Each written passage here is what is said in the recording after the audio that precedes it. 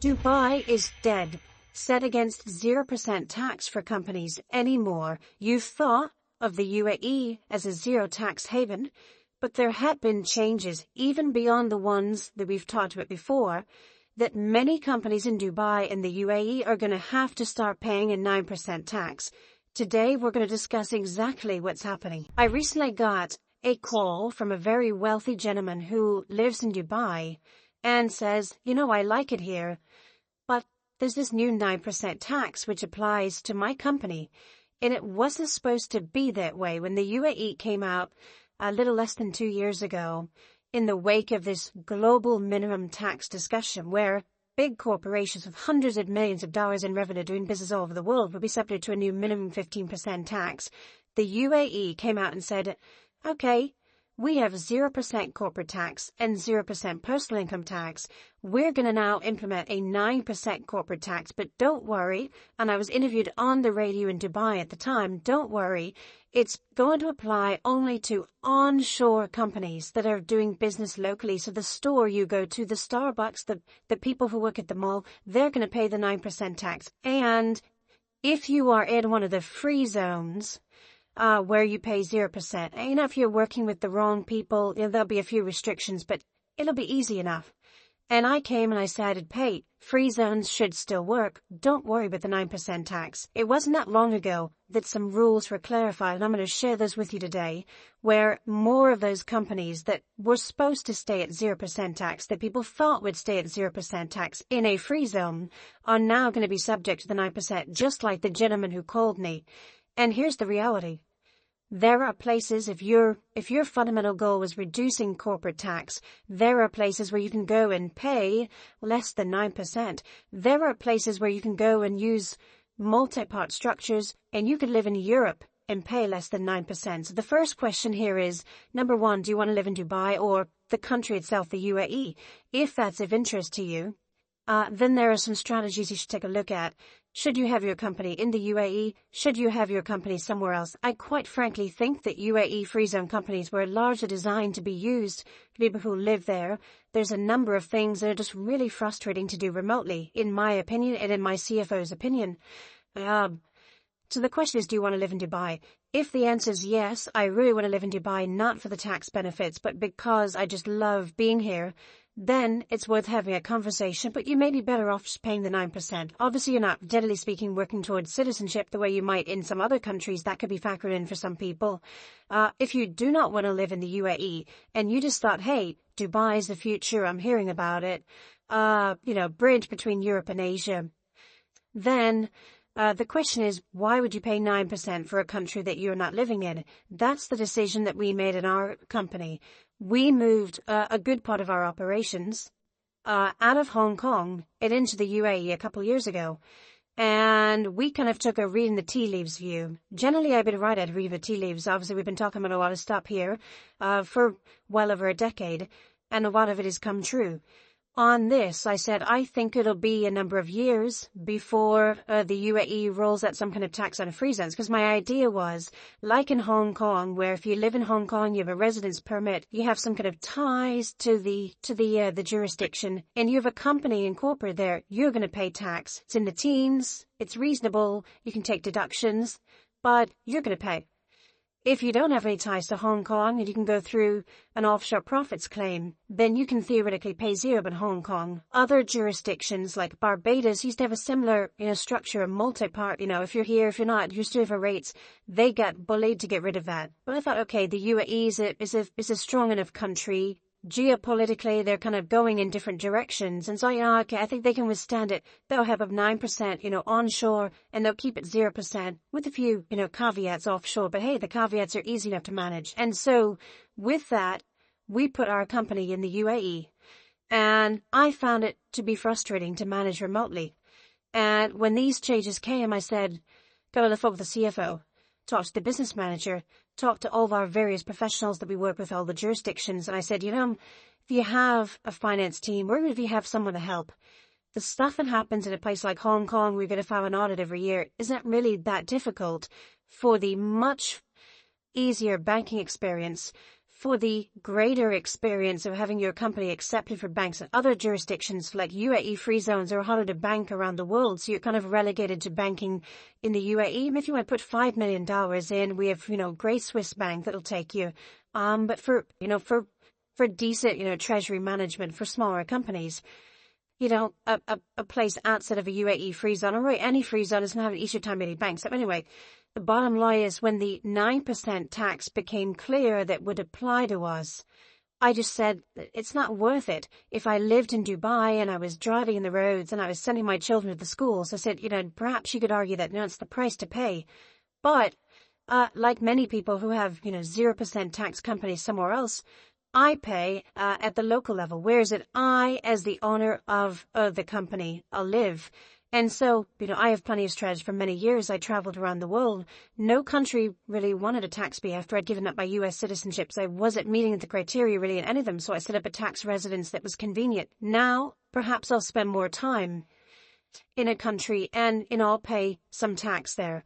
But we decided to move the company up because let's go through the criteria of who has a so-called qualifying activity, which means that you will remain at zero tax. And if you do not have a qualifying activity, I'm not here to give you tax advice, but it is our assessment and the assessment of numerous tax professionals that we work with in the UAE who have evaluated this, that you are going to pay 9% starting in 2024. And I'm sure there's no shortage of sleazy Dubai promoters who run ads on Instagram and they mislead. Oh, there's a golden visa for $10,000 and all the different stuff they do. There is a whole culture of folks who have set up shop there and they have one thing to sell you, and that's Dubai. And by hook or crook, they will get you to go to Dubai. It's nothing different. I mean, as we've told you for years, there are people who have one product to sell you in whatever country they're in, and that's the panacea.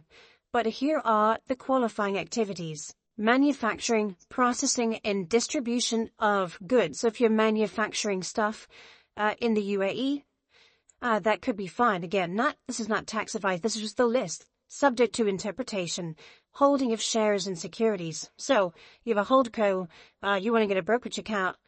I think not every brokerage account that comes to my mind accepts UAE free zone entities, but to the extent that some do, holding of shares and securities, easy enough. Ownership, management, and operation of ships. If you're the new Onassis, you can run that in the UAE. They'd love to have your shipping business.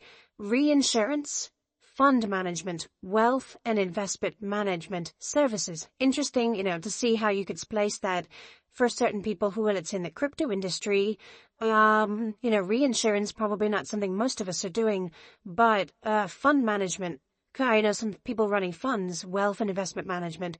Obviously, some of it's regulated, but they've been more open to that, and I think they've been pretty open. Headquarters services, treasury and financing services to related parties.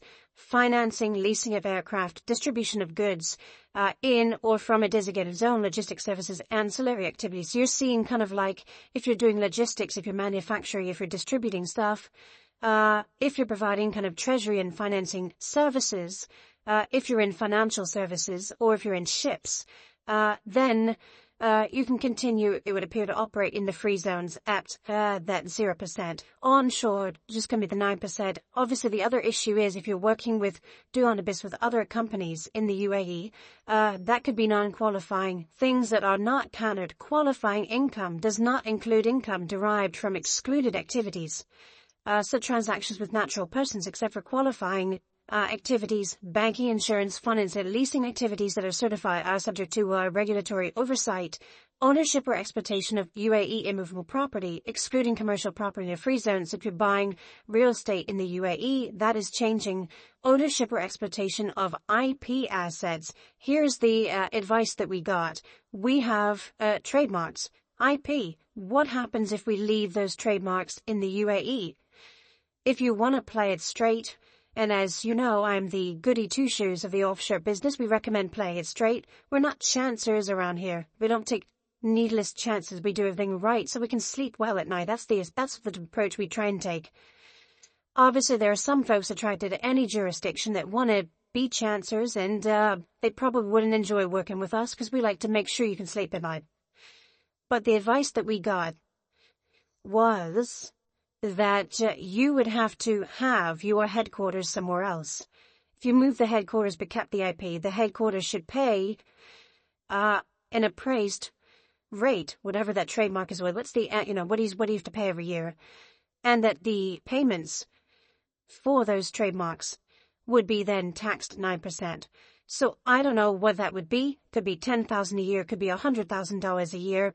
I have not gone through the process of praising our trademarks, and we're adding some more trademarks in different jurisdictions as we speak.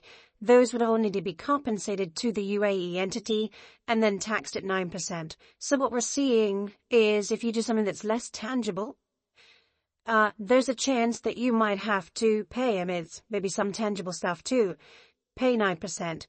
The question is, what is your use case for having your company incorporated in the UAE? Or if you haven't done that yet, you were considering it, what's the reason why you were considering it? I'm not against paying 9%. I personally would like to pay my 9% to a place where I'm living in. So I would rather say, okay, as I'm slowing down my travel a little bit, as I'm spending not that much time in a couple of my bases, you know what? I'd rather live somewhere with a favorable tax regime. And I will pay less than 9%. I'll pay it to the country I'm actually living there. Right. I will pay some lesser amount than that. If you like living in Dubai, or again, could be Abu Dhabi, could be Ras Al Khaimah, could be wherever you live in the UAE. And you're like, you know what? I love it here. I want to contribute. I have nothing wrong with that. It's a nice thing to do. You might also say, I don't want to contribute, and okay, I don't judge you for that either.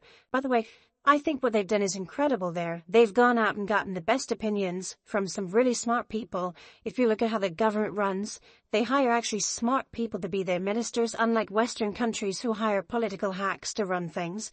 They've done an incredible job building it. But now they're saying, we have a critical mass of people. People are going to keep coming for the lifestyle. It is an incredibly safe part of the world. People are going to come from all over the world, especially from places like Asia and Africa, because it's so close, right? And most people are going to say, go to the Cayman Islands if a pain to get to. Dubai is a hub. Abu Dhabi is a hub. There is a value. The question is, if your job is, hey, I make $5 million a year, do I want to pay $450,000 for that? That's a question you should ask. Maybe the UAE is one of the jurisdictions in your strategy. Maybe living there is part of what you do. Maybe it's not. But rather than just say the answer to everything is Dubai, Dubai, Dubai, and then watch the 9% noose come down and snap your neck, it would probably be a good idea to look at all the different jurisdictions, including, as I always say, ones that you probably didn't think of as low tax. Because if you make more than 1.1 million euros per year, you would pay less tax living in Italy under their lump sum program with a proper structure.